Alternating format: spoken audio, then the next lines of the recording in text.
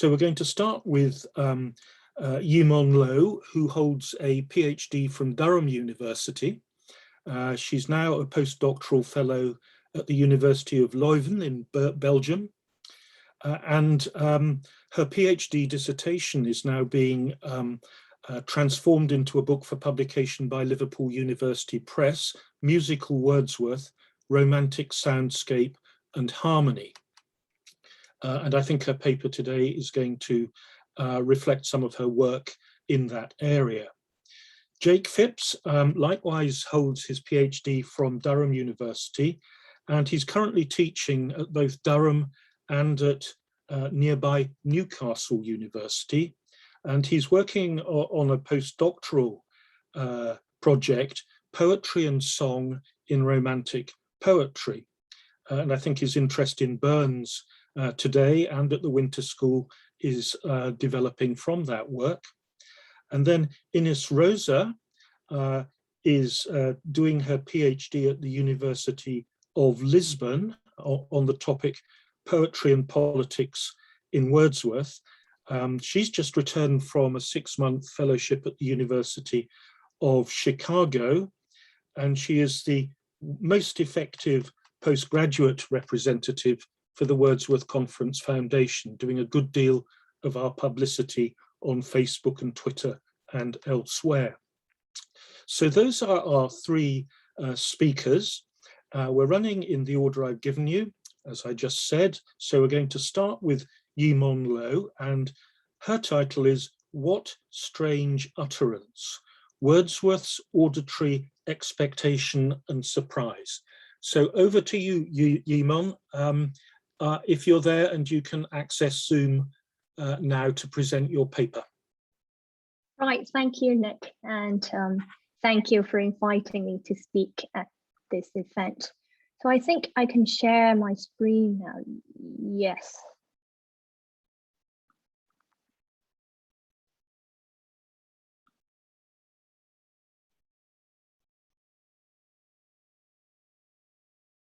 Right.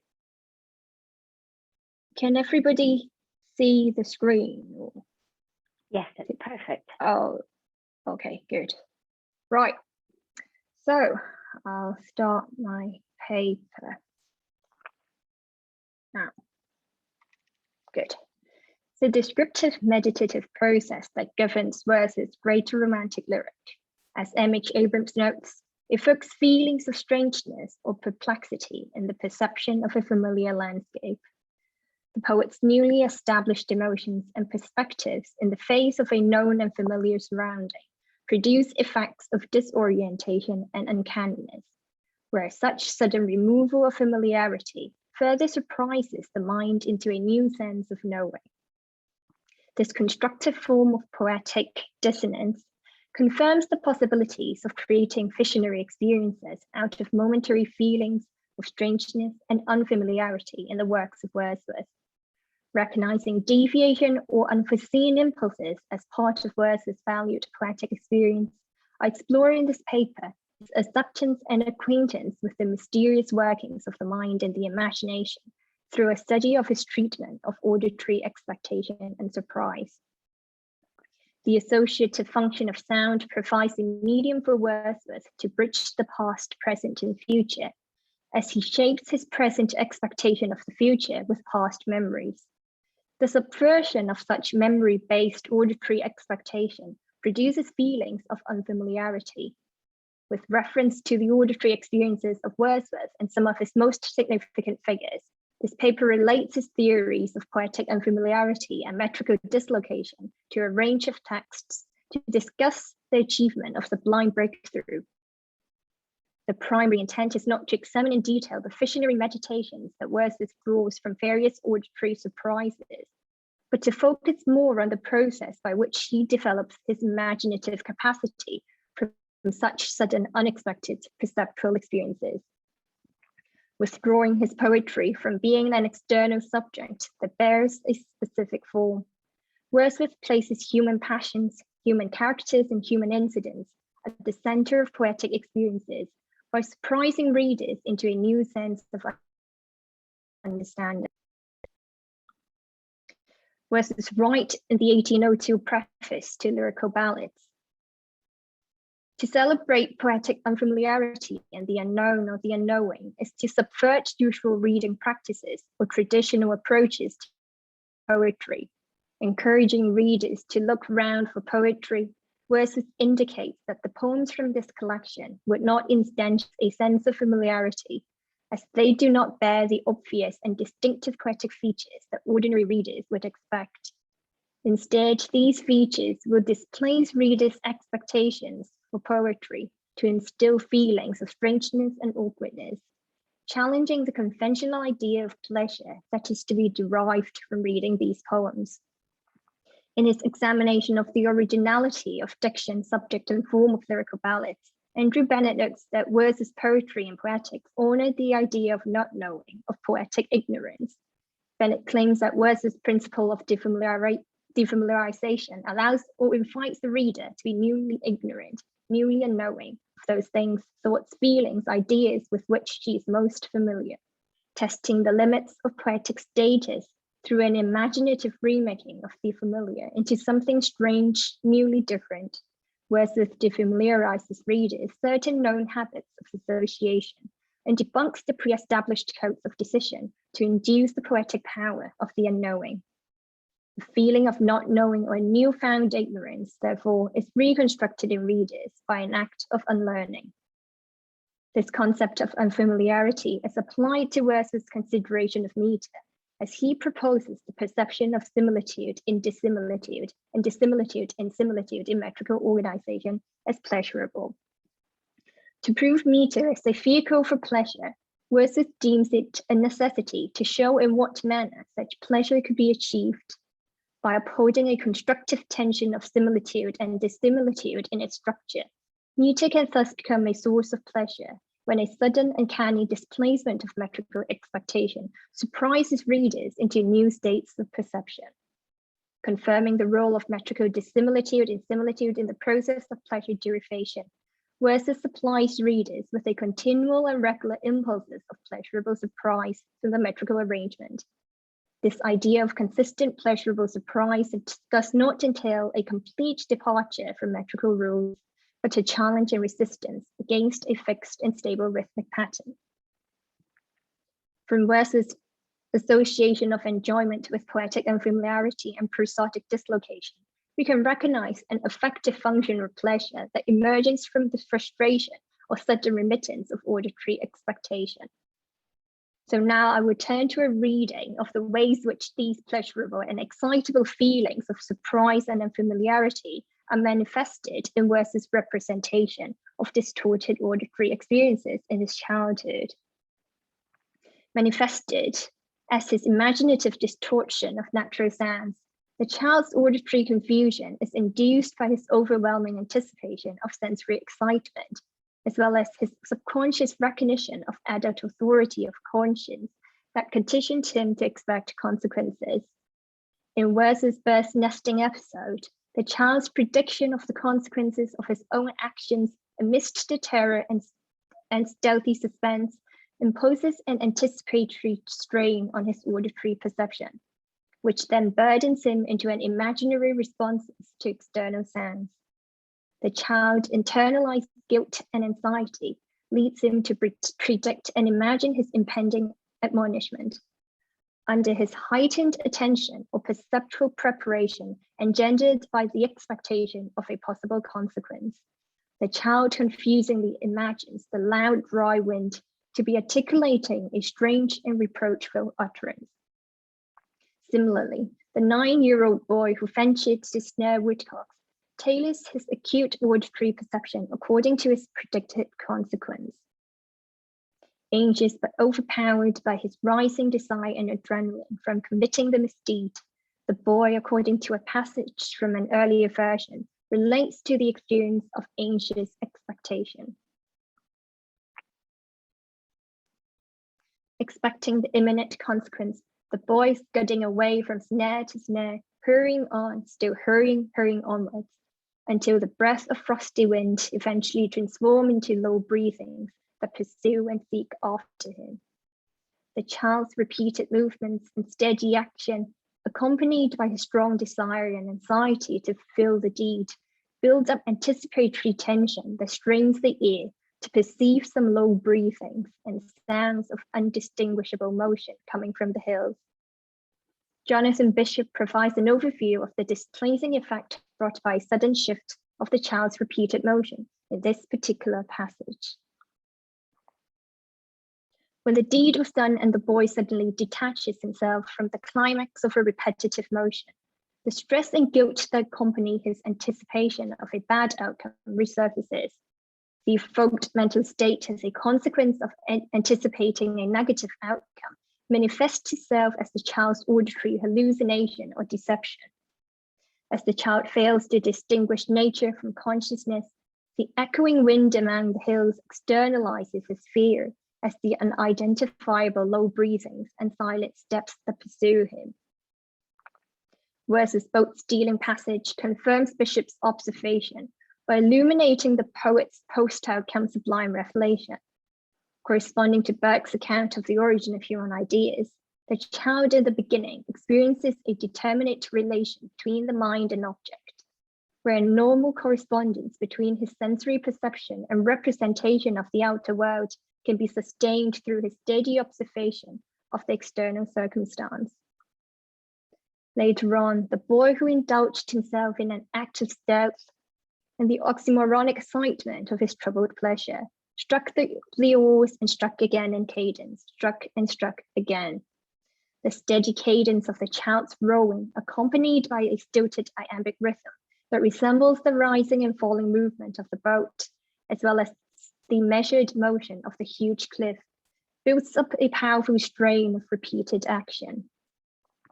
The pride in such transgression is eventually checked by the child's own conscience, and the proportional relation between his mind and the external world at the outset breaks down, while the level of uncertainty and anticipation towards the impending consequence intensifies. The child's sudden shift of acute attention and consciousness from the striking motion to the enormous cliff towering above him sends the sustained rhythm of thoughts into blankness. The sudden remittance of pressure releases expectational tension to create feelings of unfamiliarity and sublimity. Unexpectedly withdrawn from the immediate terror of his intense and disorientated phenomenal experience, the child reveals a space in his mind which is both fearful and beautiful, dark and harmonious. The young child who has experienced such forceful mental disruption grows up to be the adult poet who develops conscious thoughts for future reinforcement and reflection. Wordsworth recognizes amidst an unfamiliar darkness and blank desertion the existence of a dim and undetermined sense of unknown modes of being in his mind. The mind's attempt to comprehend the undetermined and the unknown ultimately delights the soul. Therefore, upon entering this phase of sublimity, the adult poet recovers a balance between the mind and sense, and a transcendental order of the imagination can be attained. A new voice or experience is welcomed. William Empson's study of sense confirms, as the word appearing at the end of the line suggests sense as the mediator between the ordinary and the new. The brief period of oblivion towards the external is followed by a corresponding insight, where the overtone of confusion and unfamiliarity promises a new kind of sensing to the mind and asserts the presence of a new power in the unknown and unknowing. Through such darker, more mysterious awe, the creative power of the mind could be released and transferred to the poet as a form of pleasurable restoration or compensatory imagination. The transcendental power of the unfamiliar and the unknown assures a visionary association between expectation and the imagination.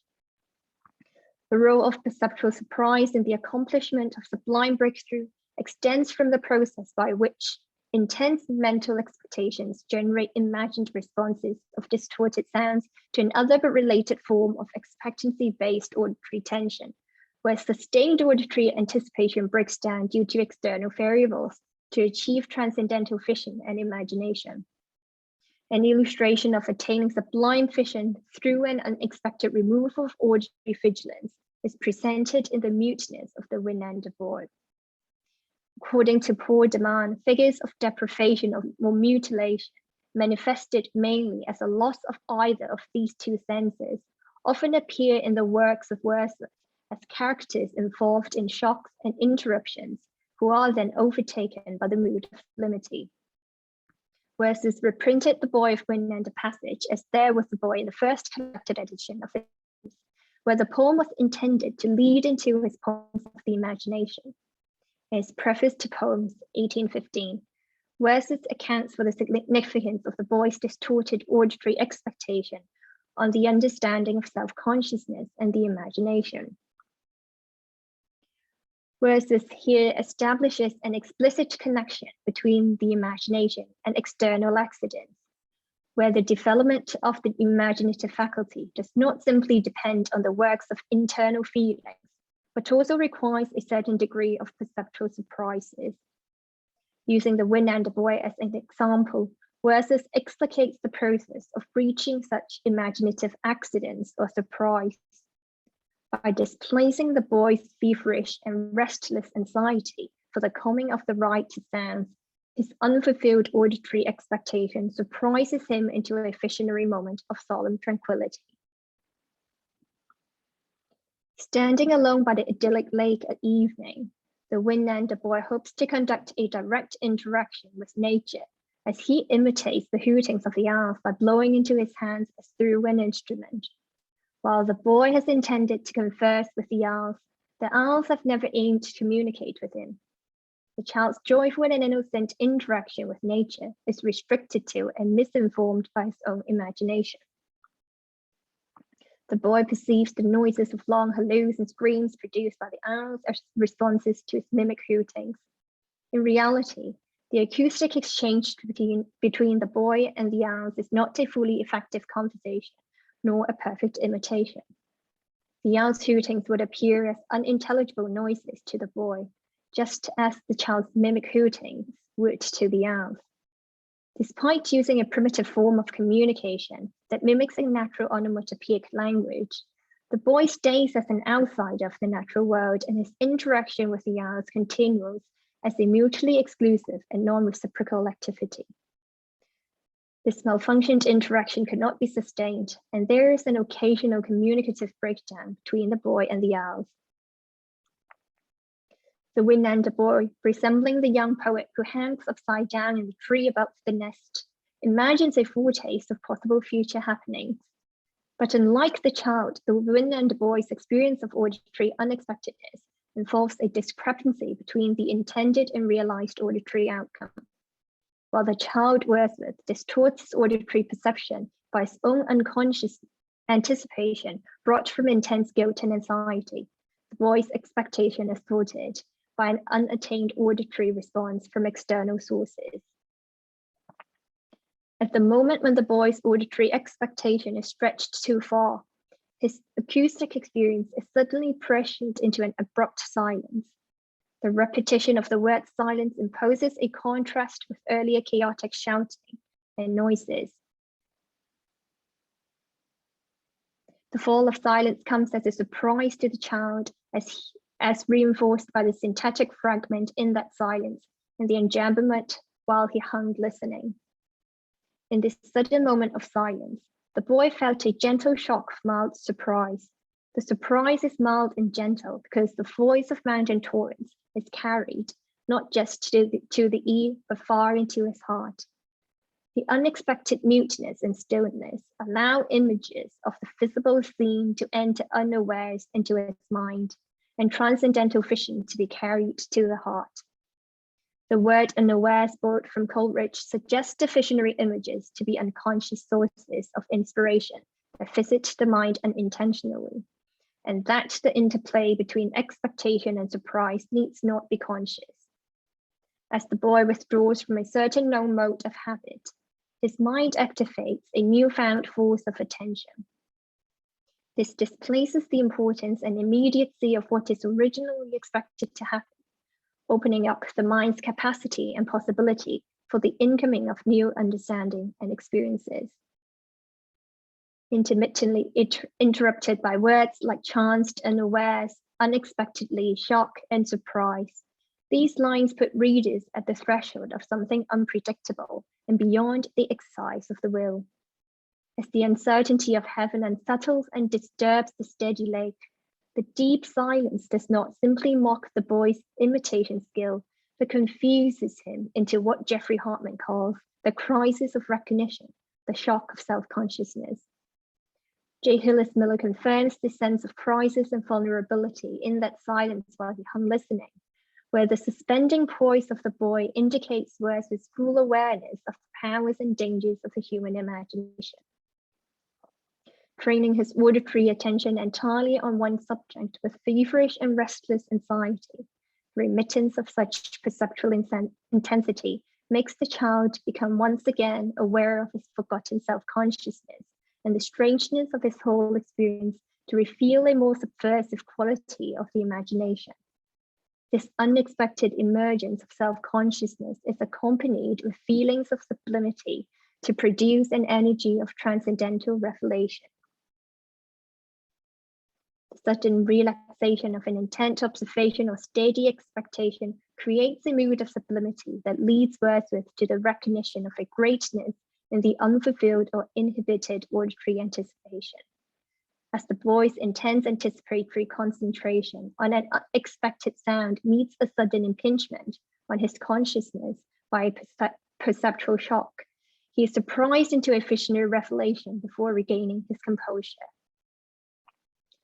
Sublime revelation produced by distorted auditory experience stimulates feelings of unfamiliarity and strangeness as necessary components of Wordsworth's imaginative and visionary breakthroughs. Acknowledging the subversive and mysterious qualities of the mind and the imagination, Wordsworth reimagines the idea of unknowingness and strangeness in his poetry and poetics to produce pleasure that ultimately delights readers. Wordsworth's statements about poetic unfamiliarity are manifested in his treatment of auditory expectation and surprise, where sublime revelation is achieved through upholding rather than resolving the contradictory auditory experiences of similitude and dissimilitude. In the magnitude of disappointment and unmatched expectation, Wordsworth reveals our limitations as humans without losing the hope of possible sublime breakthrough. Thank you.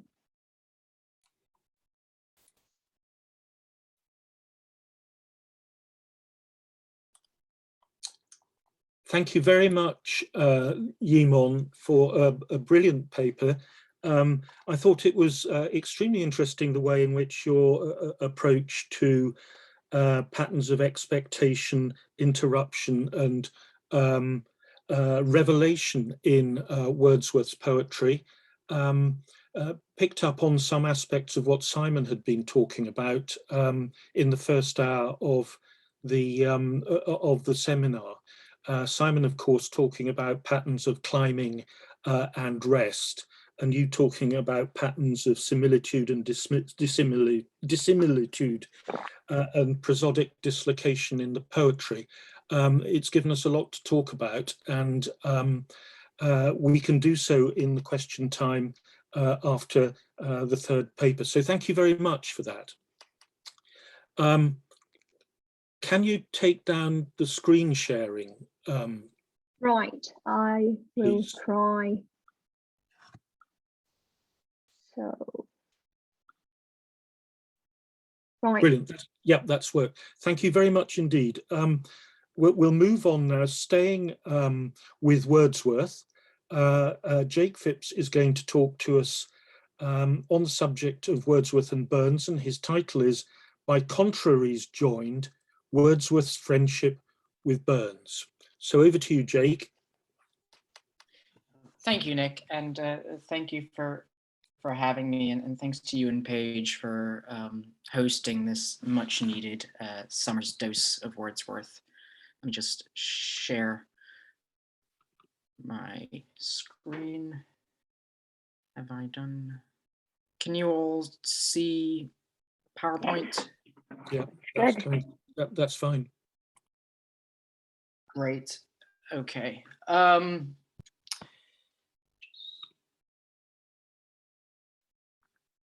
Right. Let me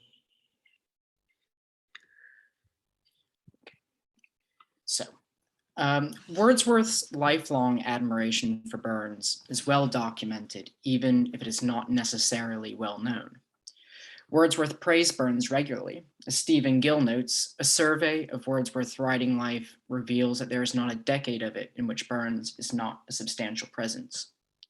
Wordsworth liked to stress his close personal attachment to Burns, and when mourning his death, he wrote, "I mourned with thousands, but as one more deeply grieved. For he was gone, whose light I hailed when first it shone, and showed my youth how verse may build a princely throne on humble truth." Here, Wordsworth makes the dual acknowledgement that he was one of Burns's first admirers, as well as a budding poet who was influenced by Burns in his own formative years. Wordsworth's geographic proximity to Burns also helped foster this sense of closeness, claiming as late as 1842, "With the poems of Burns, I became acquainted almost immediately upon their first appearance in the volume printed at Kilmarnock in 1786. Familiarity with the dialect of the border counties of Cumberland and Westmoreland made it easy for me not only to understand, but to feel them." Gill, in his essay already mentioned, points to the sense of kinship that Wordsworth fostered in his own mind with Burns, and it is the productive effects of this imagined kinship or friendship that I would like to address today. This paper considers the theme of friendship as it relates to Burns's influence on Wordsworth. I begin by looking at one of Wordsworth's Scottish tour poems, At the Grave of Burns, a poem with a complicated composition history that traverses several decades, and a poem which explicitly imagines what it would have been like to have been friends with Burns. I then turn to the Ruined Cottage, where Burns's verse epistles to poet friends inform the bonds of friendship and communal suffering between the poet-traveler and the peddler. Wordsworth's imagined friendship with Burns is fitting. Friendship, especially friendship between poets, is a constant subject of Burns's poetry. There are 8 verse epistles addressed to friends in poems chiefly in the Scottish dialect, all of them warm, convivial, and witty celebrations of creative mirth, as well as the more earnest and somber reflections on the virtues of poetic creation and the meaningful connections made between friends. A number of Burns's verse epistles, the ones to John LePrake, William Simpson, and David Siller, are epistles to poet friends and are deeply concerned with the act of writing poetry, as well as fostering local community of poets. And here are a few stanzas that I think are representative of Burns's tone and subject in addressing his friends. From his epistle to LePrake, he says, "I've scarce heard aught describe say weal, what generous, manly bosoms feel. Thought I, can this be Pope or Steele or Beattie's work? They told me 'twas an odd kind shield about McKirk." Or in his epistle to William Simpson, "Farewell, my rhyme composing brother. We've been o'er lang on ken to other. Now let us lay our heads together in love fraternal. May envy wallop in a tether, back fiend infernal." Burns's energetic addresses, not unlike Byron's Atavarima, are a forceful and seemingly authentic rhetorical maneuver filled with compact rhymes in colloquial language that give the impression of improvisation or of natural speech. Both of these epistles were well known to Wordsworth, where he either alluded to them or referenced them directly in his poetry. Wordsworth toured Burns' country in 1803, though several of the poems inspired by that tour were not fully developed until decades later. At the Grave of Burns announces itself as being from 1803, 7 years after his death, although most of it was written in 1835 and the poem was not published until 1842. Again, Gill's essay on Wordsworth and Burns covers a lot of the compositional history of this poem, and it's quite an important essay and worth reading. At the Grave of Burns, like 2 of Wordsworth's other tour poems, are composed in the standard Happy stanza that Burns himself revitalized and was well known for, a stanza that's sometimes just referred to as the Burns stanza. Wordsworth's poem invokes Burns's lines from To a Mountain Daisy, and his imitation of Burns is motivated by the occasion of the poem itself, with a stanza form that openly acknowledges Burns while it facilitates the conversational, friendly approach that the poem imagines. In order to properly celebrate or remember his would-be friend, Wordsworth meets Burns both literally and poetically on home turf. Wordsworth spends 4 out of 14 stanzas musing on a prosperous friendship with Burns. Not only does he imagine being seen top Skiddaw from Criffel, he considers what it would have meant to have walked and talked with Burns in his native land. Might we together have sat and talked where gowans blow or on wild heather? What treasures would have then been placed within my reach? Of knowledge graced by fancy, what a rich repast. But why go on? O spare to sweep, thou mournful blast, his grave grass grown. While Wordsworth's wish to sit and talk with Burns is common to many mourning and absence, the unmade connection is wished for in the service of poetic inspiration. The poem's desire to connect with Burns through casual conversation in nature is reminiscent of Burns's own celebrations of friendship in his epistle to Davy, a brother poet, for his friend David Siller. What though, like commoners of air, we wander out, we know not where, but either house or hall. Yet nature's charms, the hills and woods, the sweeping vales and foaming floods are free alike to all. In days when daisies deck the ground and blackbirds whistle clear, with honest joy our hearts will bound to see the coming year. On braes when we please then, we'll sit and sow the tune, sin rhyme till it, we'll time till it, and sing it when we are done. Burns has no trouble imagining aimless wandering with a poet friend with whom he often took long walks. More to the point, Burns's depiction of friendship centers on nature's charms and rhyme. Burns's Wordsworth is glossed by Burns as to try over a tune with a low whistle, which Robert Crawford notes as offering an account of the compositional technique that he and David Siller shared. Wordsworth had likewise found Burns instructive, claiming in his poem that Burns had shown how verse may build a princely throne on humble truth. However, Wordsworth's lines commemorating his time at Burns's grave were not content to simply lament death or praise Burns's virtues as a poet. Wordsworth's proximity to Burns is at first haunting and more traditionally elegiac in its recognition of his own mortality. In the second stanza, Wordsworth asks, "And have I then thy bones so near, and thou forbidden to appear? As if it were thyself that's here, I shrink with pain, and both my wishes and my fear alike are vain." Yet Wordsworth forces himself to shift away from this mournful tone. In the third stanza, forcefully pushing away dark thoughts as the poem moves towards a more cheerful reminiscence of the poet he admired, which also signals Wordsworth's handful of allusions to various Burns poems. He compares Burns to the flower of To a Mountain Daisy, where his genius glinted forth. And perhaps the lines where Wordsworth might have sat and talked where gowans blow gently recall the lines from Burns's epistle to David Siller. Gowans, a Scott word for daisies and a word Burns has used in his poetry, and where they sit and sow the tune in days when daisies deck the ground. Daisies covering the grass would have no doubt been a powerful image for Wordsworth in a familiar poem, and in his own poem composed during such self-conscious indulgences in Burns's verse. Burns's social ebullience and passion for the twin powers of poetry and nature draw Wordsworth in close, where he begins to echo Burns more clearly than at any other point. Like Siller, Wordsworth knew there was much to be learned from Burns, and that Burns would have willingly shared what he knew, when Wordsworth wonders what treasures would have there then been placed within my reach, of knowledge graced by fancy, what a rich repast. Wordsworth's wish is to take part in what friendship with Burns would have meant. To be in proximity with Burns would have meant a proximity to treasures of poetic inspiration. Curiously, Wordsworth suggests that knowing Burns would have placed the treasures within my reach, which is not quite the same as apprehending the treasures. The past participles, placed and graced, acknowledge this removed, and repast with the word past built into it, continues to keep the fullness of what Burns had to offer at a distance. The wish to have known Burns was intimately connected with the desire for poetic inspiration. The Wordsworth's poem openly acknowledges the practical differences of character between himself and his Scottish counterpart. Elsewhere, Wordsworth had detailed his irritation at the biographical miasma that occluded so much of Burns's virtues as a poet. Wordsworth gently acknowledges these differences, though he does so with charitability. Alas, where'er the current tends, regret pursues, and with it blends. Huge Criffel's hoary top descends by Skiddaw seen. Neighbors we were, and loving friends we might have been. True friends, though diversely inclined, but heart with heart and mind with mind, where the main fibers are entwined through nature's skill, may even by contraries be joined more closely still.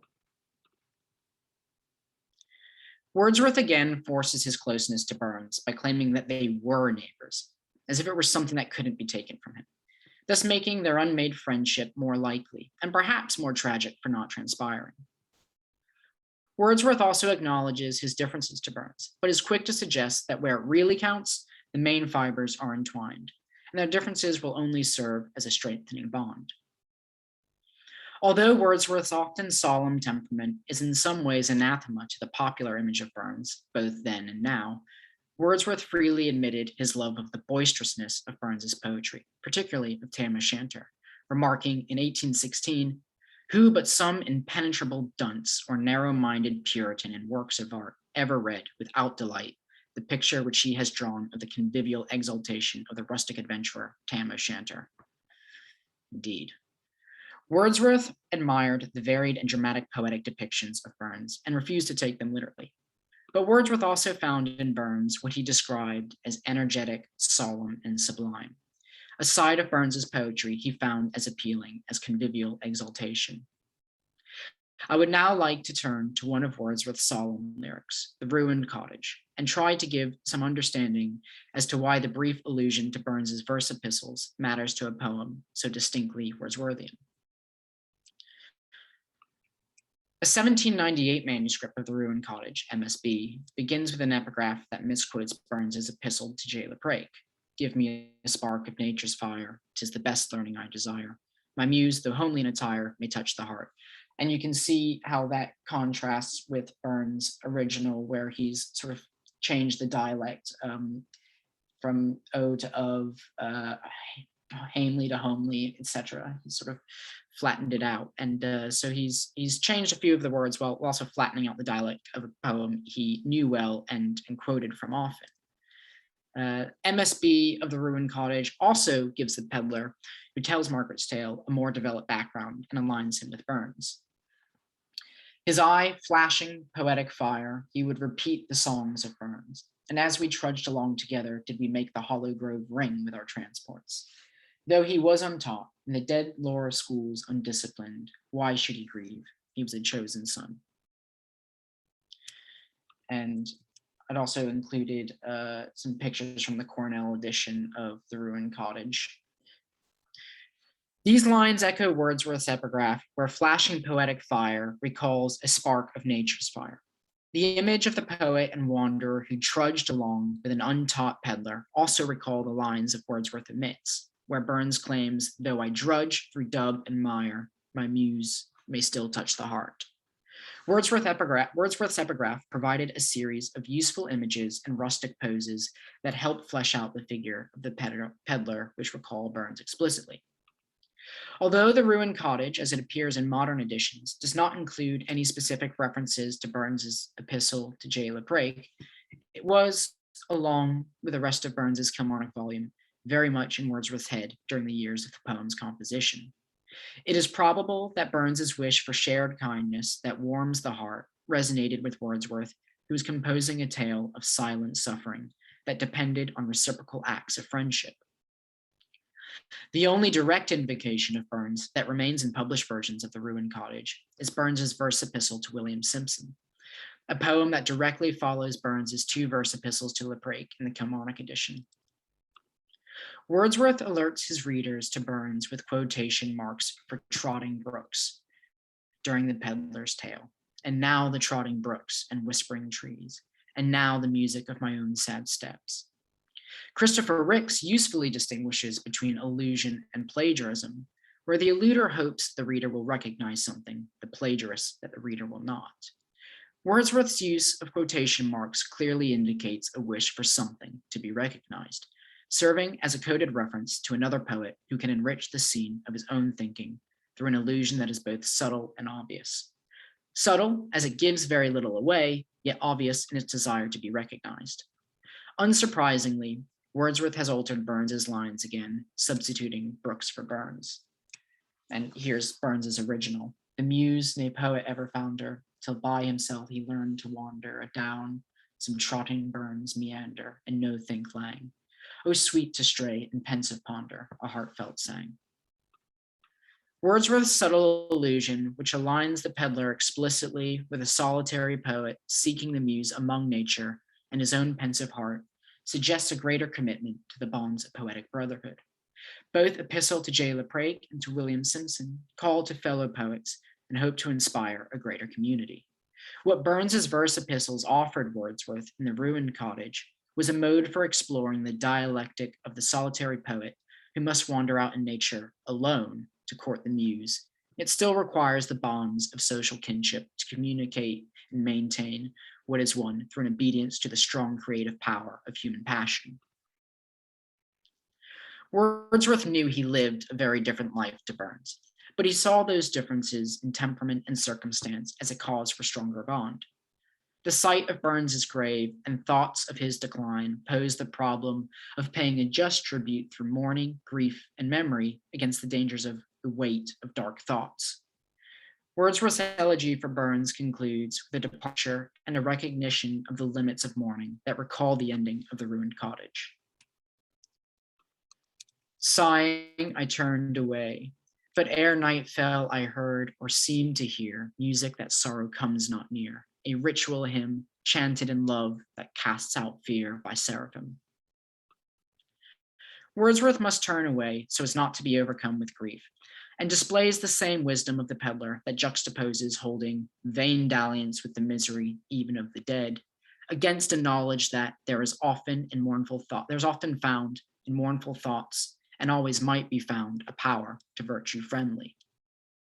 The peddler of the ruined cottage balances the grief and possibilities encountered at Margaret's grave in much the same way as Wordsworth at the grave of Burns.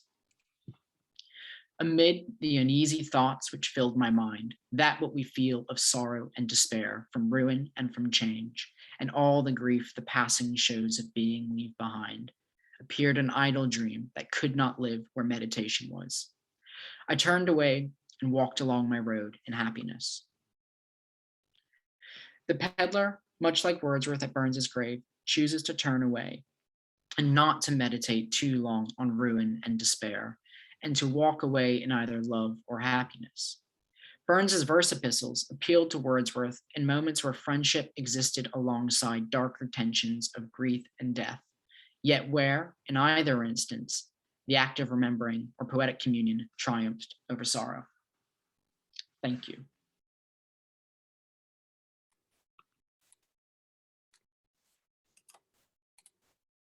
Well, thank you very much, Jake, for reminding us of the way in which Burns was so important to Wordsworth from a very early age, as a presence and as an influence, and as a joint labourer of a Wordsworthian kind.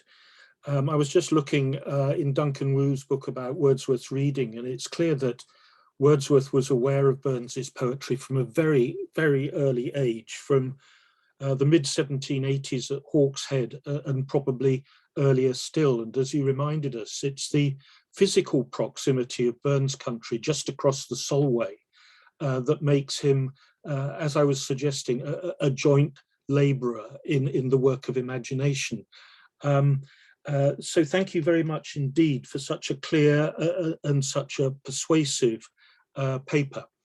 And we're staying with Wordsworth now, moving on to the third paper. This is by Inês Rosa, and this is before question time. Inês is going to talk to us now on dwelling apart, liberty in Wordsworth's sonnets. So Inês, if you're there, over to you. Hello, everyone.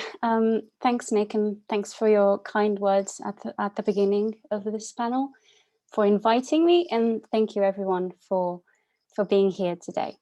I've asked Paige, and she has very kindly put a PDF with the sonnets I'll be reading today, and I'll be telling you when it's time to look at it.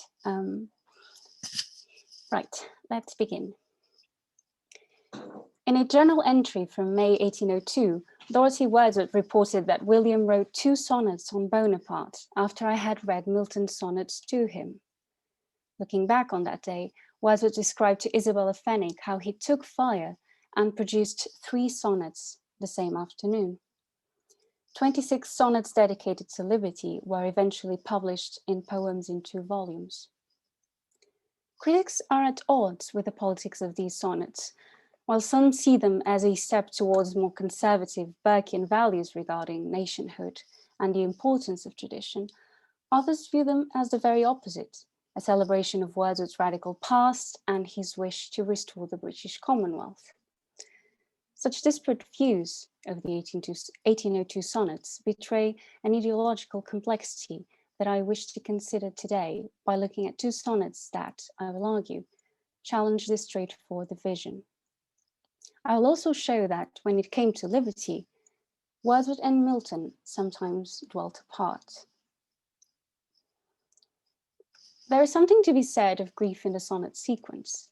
In the 4th sonnet, Wordsworth grieves for Bonaparte with a vain and an unthinking grief, but there is also grief in the sonnet on the extinction of the Venetian Republic, the 6th in the sonnet, and one of the 2 in your PDF, which I'll read. Once did she hold the gorgeous East in fee, and was a safeguard of the West. The worth of Venice did not fall below her birth. Venice, the eldest child of liberty. She was a maiden city, bright and free, no guile seduced, no force could violate. And when she took unto herself a mate, she must espouse the everlasting sea. It is difficult to see this sonnet as part of an appeal to the restoration of the British Commonwealth that critics have attributed to the sonnet series. As a lament over the extinction of the Republic of Venice, the sonnet is lackluster. Indeed, the opening once immediately suggests a tale that is long in the past. Venice did not age well. What once was great, implicitly the period of her birth, childhood, and maidenhood, has faded, vanished, and decayed. The contrast between Venice's past and present becomes apparent in the enumeration of its qualities. I'll read. And if she had seen those glories fade, those titles vanish, and that strength decay, yet shall some tribute of regret be paid when her long life hath reached its final day. Men are we, and must grieve, even when the shade of that which once was great is passed away. Venice's glories, titles, and strength are juxtaposed with verbs that signal how they gradually withered in a sequence of backhanded compliments. The use of the past perfect, had seen, further emphasizes the fact that Venice's glories had faded even before Napoleon put the old republic to rest. Even though Venice's final day did not come as a surprise, the shade of its youth still deserves to be signaled. The "yet shall some tribute of regret be paid," however, is hardly consolatory.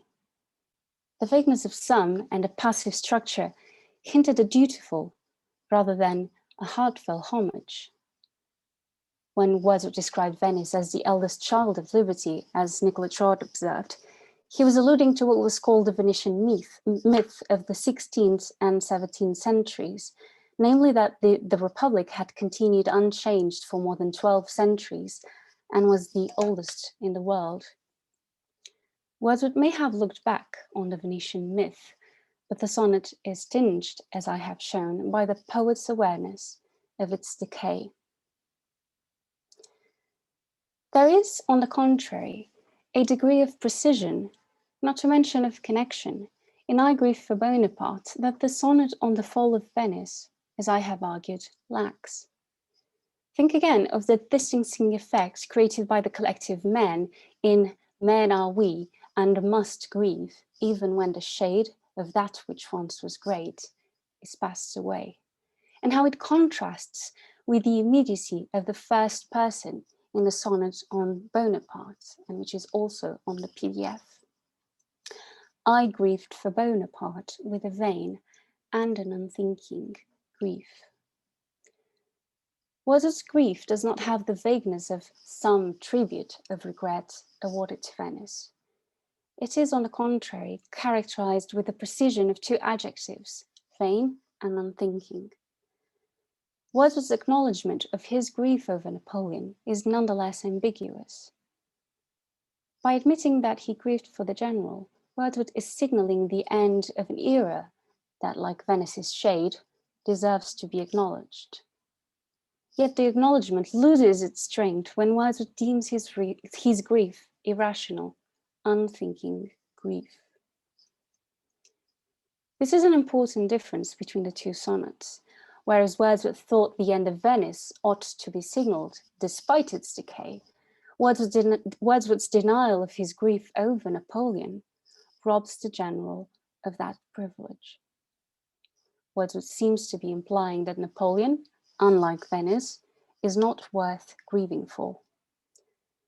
Wordsworth justifies a description of his grief for Napoleon in a succession of questions. The vital blood of that man's mind, what can it be? What food fed his first hopes? What knowledge could he gain? Wordsworth cannot begin to credit Napoleon with recognizable motives. He first questions the state of the vital blood of Napoleon's mind, then wonders about his first motives, and the shift to the conditional in the third question casts doubt on Bonaparte's ability to gain knowledge. Wordsworth's questions on Napoleon's greatness deserve attention, not least because it is the part of the sonnet which suffered more than minor alteration over the years. There are three versions of this part of the sonnet, with the last hinting at the kind of knowledge Napoleon ought to have had. And I'll read the last version. Grief, the tenderest mood of that man's mind, what can it be? What food fed his first hopes? What knowledge could he gain? The last version of the sonnet is the closest to the one published in the Morning Post. Only the first question was edited, with vital blood in the version you have on the PDF, giving way to tenderest mood. Tenderest mood. The recipe for greatness was tweaked slightly, but significantly. In fact, in February 1801, Charles Lamb received a letter from Wordsworth, quote, with a deal of stuff about a certain union of tenderness and imagination, which in the sense he used imagination was not characteristic of Shakespeare, but which Milton possessed in a degree far exceeding other poets, which union, as the highest species of poetry, and chiefly deserving that name, he, Wordsworth, was most proud to aspire to, end of quote. Lamb reports how Wordsworth thought that what distinguished Milton from other poets was a certain union of tenderness and imagination. This union not only produced the highest kind of poetry, but also the sort of poetry, and Lamb makes sure to quote this part directly, Wordsworth would proudly aspire to. Lamb's use of deal suggests that Wordsworth was writing to him about this stuff at length and not long before composing the 1802 sonnets. By questioning whether Napoleon is capable of tenderness, Wordsworth is implying that the general ought to have what he thought as being a distinctly Miltonic virtue. Indeed, by seeking in Napoleon what he admired in Milton, Wordsworth is claiming that a good general ought to have the same combination of virtues he particularly admired in a poet. And judging from the letter Wordsworth wrote to Lord Lonsdale in 1812, the opposite is also true. And I quote, I need scarcely say that literature has been the pursuit of my life, a life pursuit justified partly through passionate liking and partly through calculations of judgment, and in some small degree through circumstances in which my youth was passed, that threw great difficulties in the way of my adopting that profession to which I was most inclined and for which I was perhaps best qualified. The profession Wordsworth tells Lonsdale he would be most inclined and possibly best qualified is not poet, but soldier.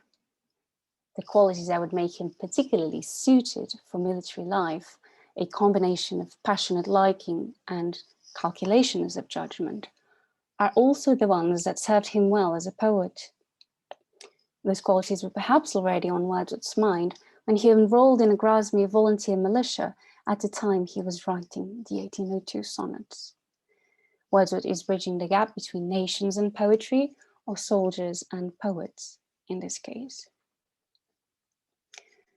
The idea of tenderness continues in the sonnet on Bonaparte, with a direct attack on Napoleon, giving way to an observation on the consequences of the governor's education more broadly. And again, I'm reading the sonnet on the PDF. "'Tis not in battles that from youth we train the governor who must be wise and good and temper with the sternness of the brain, thoughts motherly and meek as womanhood." Wordsworth suggests that purely military work is not the best breeding ground for wisdom and goodness. The training generals receive is also what makes it difficult for them to gain the type of knowledge Wordsworth thinks that they, Napoleon included, also should have. Governors lack the tenderest mood Wordsworth admired in Milton, or to borrow the words from the letter to Lonsdale, they have calculations of judgment, but lack passionate liking. What they need is to be found outside of battlefields. Wisdom doth live with children round her knees, books, leisure, perfect freedom, and a talk man holds with weekday men in the hourly walk of the mind's business. These are the degrees by which true sway doth mount. This is the stock true power doth grow on, and her rights are these. The way to restore an intellect warped and weakened by narrow education is twofold, according to the sonnet. Governors ought to temper stern thoughts with motherly thoughts, and they ought to surround themselves with children, books, leisure, perfect freedom, and a talk with weekday men. These prescriptive lines would seem to describe, as Trott put it, the, quote, indirect education of a ruler whose intellect is moderated by kinship. Yet it is important to note that the concept of temperance in I Greek requires a balance of sternness and motherliness, a balance of qualities associated at the time with the masculine and the feminine respectively. Richard Gravel observed that Wordsworth thought most deeply about gender when he was most committed to solving the problem of reconciling domestic and public virtue. I wish to suggest that Wordsworth's use of gender in I Grieve is part of his contention that feminine qualities are integral to a governor's wisdom and goodness, and consequently for achieving liberty. And in doing so, Wordsworth is correcting Milton. It has been noted that the rhetoric of Milton's "the ready and easy way to establish a free commonwealth" is binary. For Milton, in fact, and I quote, "the noblest, the equalest, the justest government, the most agreeable to all due liberty, that is, a free commonwealth, is also the manliest." A free commonwealth, Milton argues, is conducted by men who, quote, "live soberly in their families, walk the streets as other men, may be spoken to freely, familiarly, without adjuration," end of quote. Interestingly, Milton's picture of a governor to whom all can speak finds an echo in Wordsworth's idea in I Grieve for Bonaparte that the talk man holds with the weekday men would contribute to a governor's goodness. The monarchy, on the other hand, is associated, amongst other things, with softness and servitude. It involves, according to Milton's description, a king who, quote, "must be adored like a demigod, with people on either side deifying and adoring him," end of quote. A spectacle of adoration that resembles the passage from Paradise Lost, where devils are mistakenly adored for deities. The aim of such a government, as Milton writes in the ready and easy way, is to ensure that the people are, quote, "softest, basest, servilest, easiest to be kept under. These are not isolated instances. In fact, the opposition between republican freedom and monarchical servitude in the ready and easy way, as has been noted, is reworked and reinforced insistently, less in political terms than through metaphor, metonymy, and association. In fact, Milton repeatedly equates the Republic with terms such as manliness, strength, resilience, valor, nobility, majesty, freedom, glory, justice, magnanimity, and integrity. The monarchy, on the other hand, is repeatedly associated with womanliness, weakness, softness, childishness, debasement, enslavement, and tyranny. Or to borrow the words Wordsworth uses in the Convention of Sintra, whereas Milton associated the Republic with qualities that constitute the appropriate excellence of the male character, the monarchy is associated with, quote, the gentle and tender virtues which belong more especially to motherliness and womanhood. For Wordsworth, the association between gender and temperance, although present in the sonnets dedicated to liberty as well as in Sintra, does not occur throughout the poet's work. In the 1835 postscript, for example, Wordsworth writes that it is desirable that, quote, a minister of the gospel should be versed in the knowledge of existing facts and be accustomed to a wide range of social experience.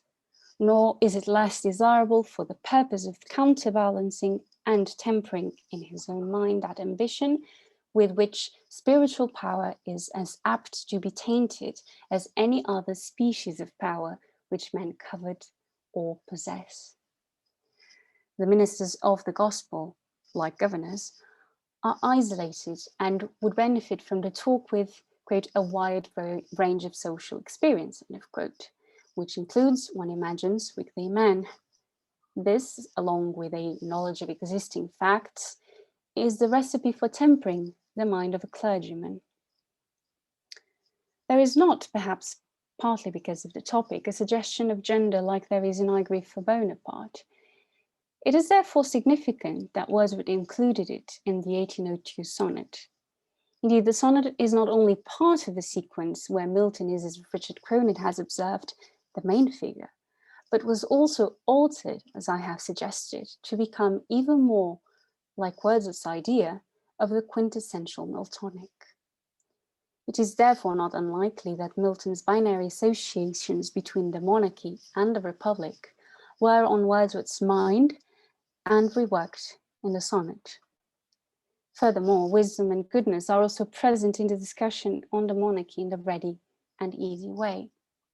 And I quote, but is it possible he should pretend also to reason, that the judgment of one man, not as a wise or good man, but as a king, and oft times a willful, proud, and wicked king, should outweigh the prudence and all the virtue of an elective parliament? End of quote. Milton's description is once more biased. Although the argument is that one mind should not outweigh multiple minds, the phrasing separates a wise or good man from a king.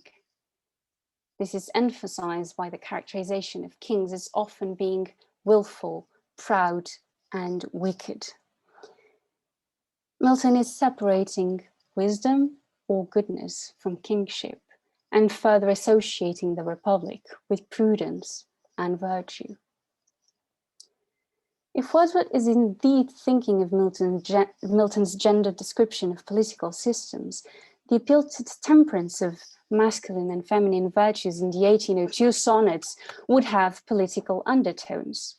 When writing that the governor who must be wise and good and temper with the sternness of the brain, thoughts motherly and meek as womanhood, Wordsworth is going against Milton's idea, which is perhaps worth repeating, that, quote, the noblest, the equalest, the justest government, the most agreeable to all due liberty, is also the manliest. Wordsworth may have admired the manliness and republican austerity of Milton's sonnets, but for him, a good governor needs not only sternness, but also womanliness to achieve the freedom Milton exclusively associated with manly republicanism.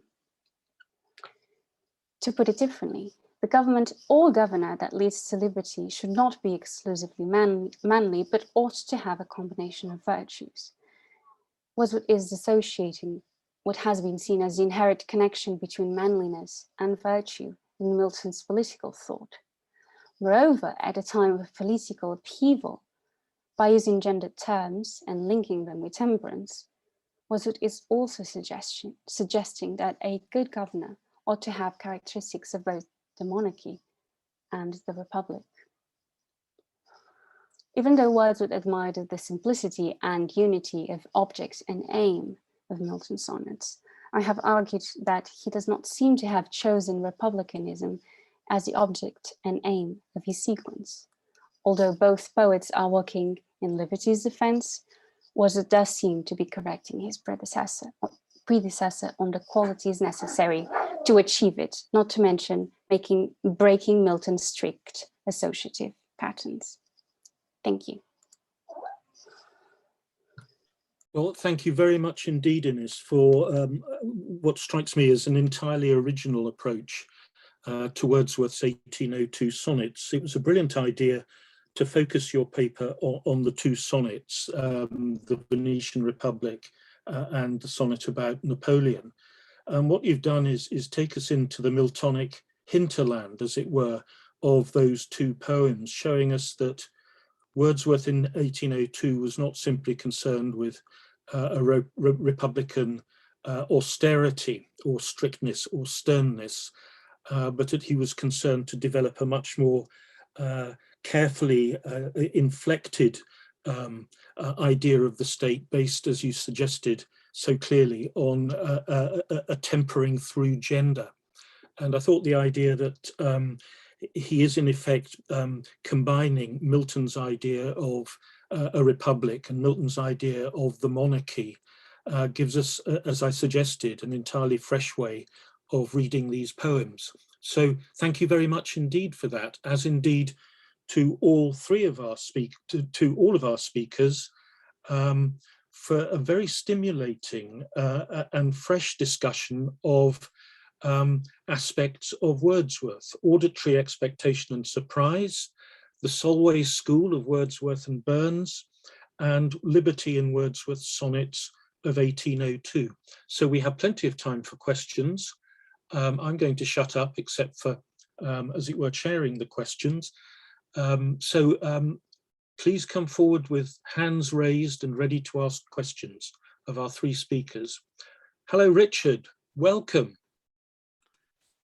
Oh, hi, Nick. Lovely to see you. Lovely to see everybody. What a lovely event this is. Let me be quick. Jake, could I ask you a question about Burns and Wordsworth? I think, was it Wordsworth who used the word contraries? Or someone else? Yeah. Could you tell us a bit more about that? Because a word like contraries suggests something something much profounder, doesn't it, than a word like differences? That, you know, you're seeking to establish lots of relations here, but could you tell us also about things that distinguish these two men, even if perhaps only in Wordsworth's view? Thank you, Richard, and it's great to see you. Yeah, it's a good question. I suspect Wordsworth has in his mind James Curry's biography of Burns and thinking about this sort of very different public image that either poet held. You know, I mean, kind of the abstemious Wordsworth to the dissipated drunkard of Burns. You know, and I don't know. It's a good question, but I think that Wordsworth works really hard in his 1816 letter to a friend of Robert Burns to sort of show his appreciation for the elements in Burns that you wouldn't necessarily ever align with Wordsworth.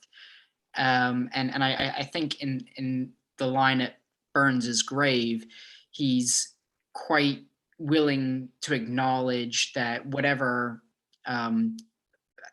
apparent differences exist between the poets, that is a cause for a stronger bond, and sort of acknowledging they're quite different public impressions that they give. That's how I see it, but I don't know if that answers the Well, question. that's good. Thank you so much. No, that's great, Jake. Thank you. Enjoyed it very much.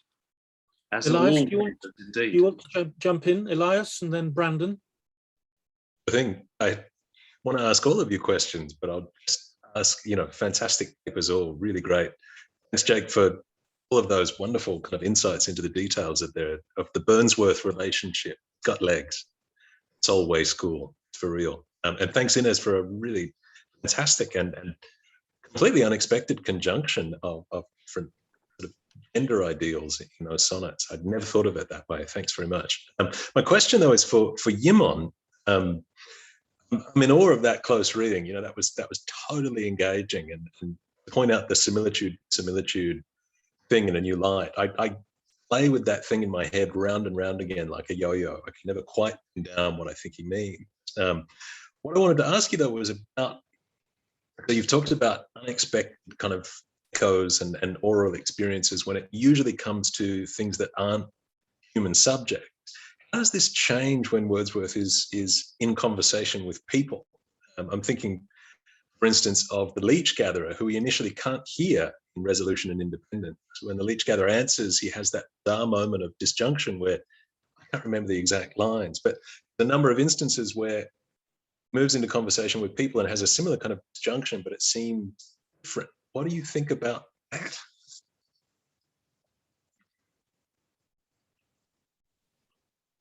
Right, thank you. Hi, Elias.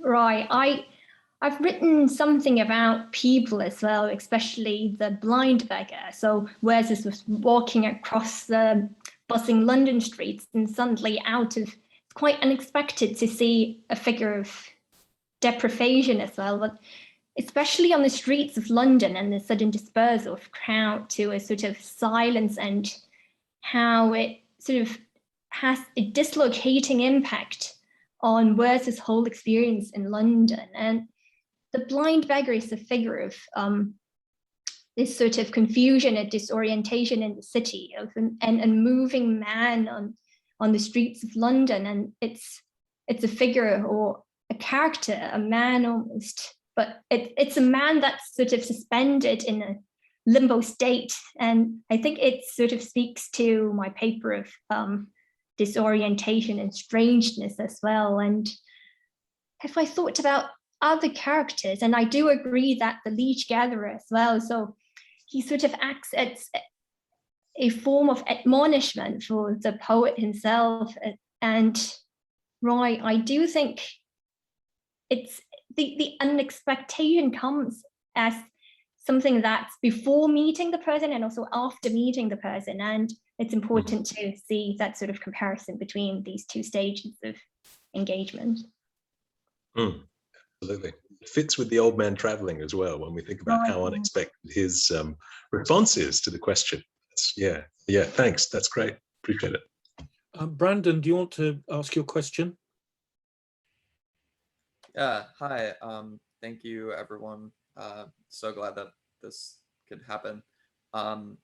My question is also for Yimon. I was really interested in the kind of language of limit and tension that you were talking about in your paper, that's brought about by the surprise and strangeness that I think you traced extremely well with your close reading. And I especially like the way at the end of the paper you said that the limit that is exposed without eliminating the hope for the sublime.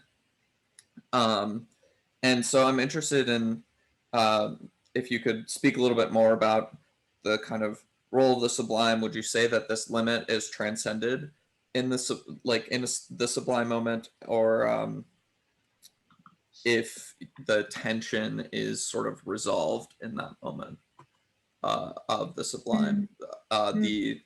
Is the strangeness made somehow less strange?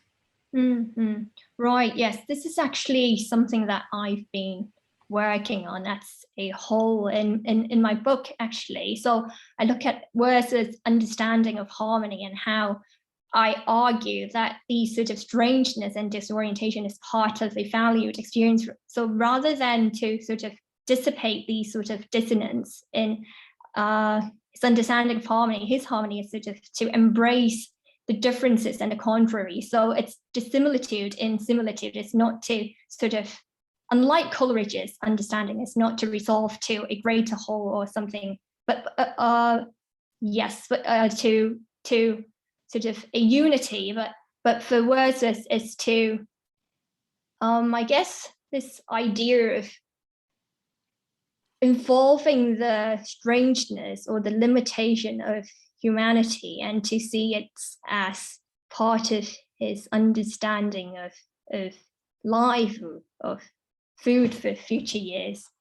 That's what I would say in short. That's great, and I can't wait to read more about it. Oh, thanks. Thanks very much, Brandon. Simon, would you like to ask your question? Yeah, thanks, Nick. Thanks very much to all three speakers. I very much enjoyed that, as everyone else clearly did. My question is for Jake and Inês, for both of them, if I'm allowed to ask a question of both. I was very struck by, in some ways, the sort of structural similarities of the papers in which Wordsworth confronts these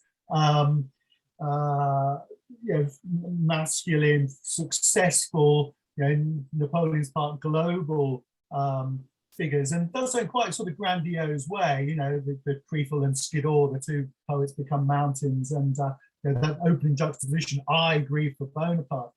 And I was struck by one of the lines from Burns, which I didn't know before, in Jake's talk.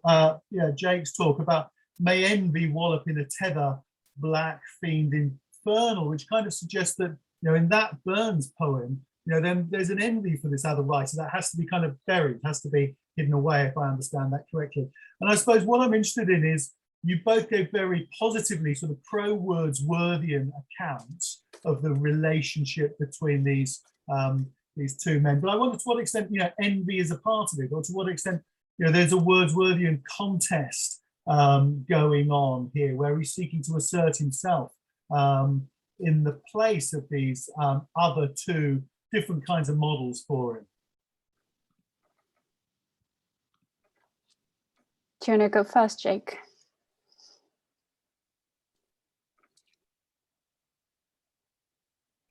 Have I driven Jake away? I was actually looking for the Black Fiend Infernal quote, and yeah. So the question, I guess, as opposed to is where Wordsworth is not just positively adapting or taking from Burns, but perhaps struggling more in what a kind of Bloomian sense with Burns. I most of my readings, I have a chapter on Burns and Wordsworth in my thesis, and most of my readings are really quite charitable towards Wordsworth's engagement with Burns, and sort of look at elements of generosity and sort of inheritance, very much in the way that Rix does. But I do think that there is a lot of truth, broadly speaking, that some sort of confrontation does take place. I mean, I think I can't remember who says this, but there have been people who have talked about Burns as being a sort of threat to Wordsworth, and perhaps there's something to be said about this in Wordsworth's elision of Burns's dialect in that epigraph. I don't know. It's something that probably deserves more attention than I've given. But I think, I think there's probably a lot of room for looking at more fraught examples, or more fraught moments of Wordsworth's engagement with Burns. I guess it's my turn. Thanks, Simon, for your question. I hadn't thought of my reading as being pro Wordsworthian, actually. I definitely think I think of it as Nick has this wonderful expression in an article, which is creative wrestling, Wordsworth's creative wrestling with Milton. And I think that's how I think about this, and I think about, because in the sonnets, there is a constant tension between talking about Milton, saying that Milton should be living at this hour, and then some ambiguity. I couldn't talk about other instances, but this constant ambiguity between wanting Milton to be alive, and at the same time correcting, criticizing, and reworking Milton's ideas. And I think that is a really important tension in the sonnets. And because Milton, as I've said, it's obviously the main figure in the sonnets dedicated to liberty. I think it is the main figure that Wordsworth is both calling and working against, and to find his own originality. Yeah, I thought the reading of Milton was fantastic. But I suppose what I was also thinking about is just the sense that the life that Wordsworth offers as the perfect qualifications for the governor is very similar to his own life, isn't it? And it feels almost as if you've got a kind of CV here for someone who's ready to take on that role. Yes, of course, yes, absolutely. So thank you very much indeed. Thank you. Yeah, thank you. Philip, do you want to come in with your question? Yeah. Hi. Hello, everyone. Thank you to all three speakers. A very quick question for Inês, and a slightly longer one just for Yimon as well. Inês, I was just wondering if you have any thoughts on why liberty is personified as a woman, for example, in the sonnet on the subjugation of Switzerland, or in descriptive sketches. Is that just convention because of the traditional representation of liberty? Or because in descriptive sketches, the female figure is rather manly, this Republican kind of warrior? I don't know if you have any thoughts on that.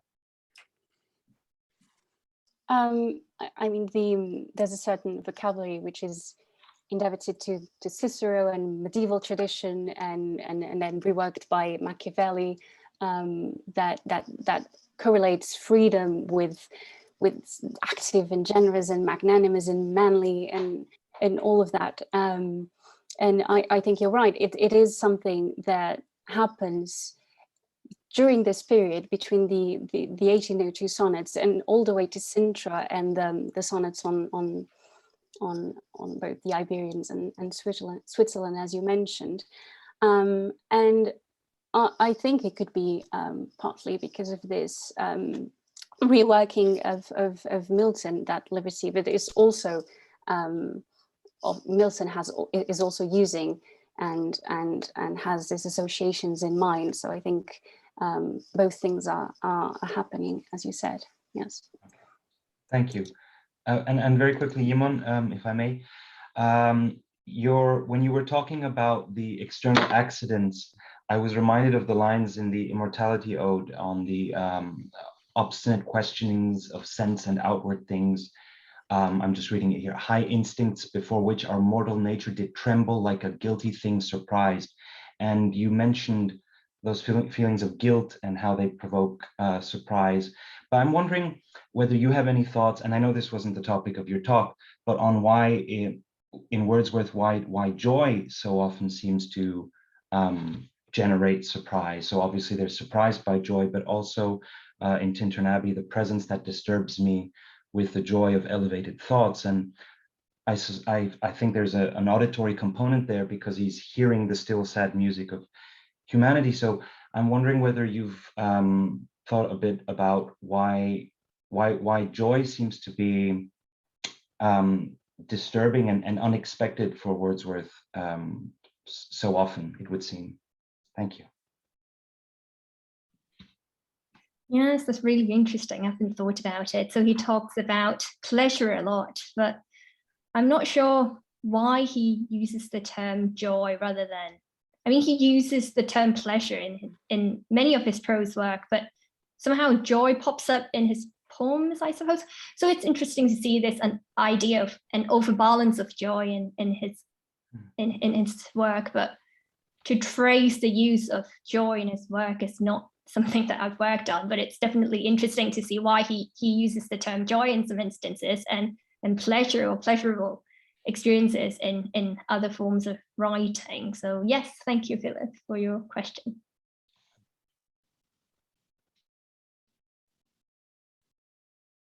Okay, I think we've reached a point of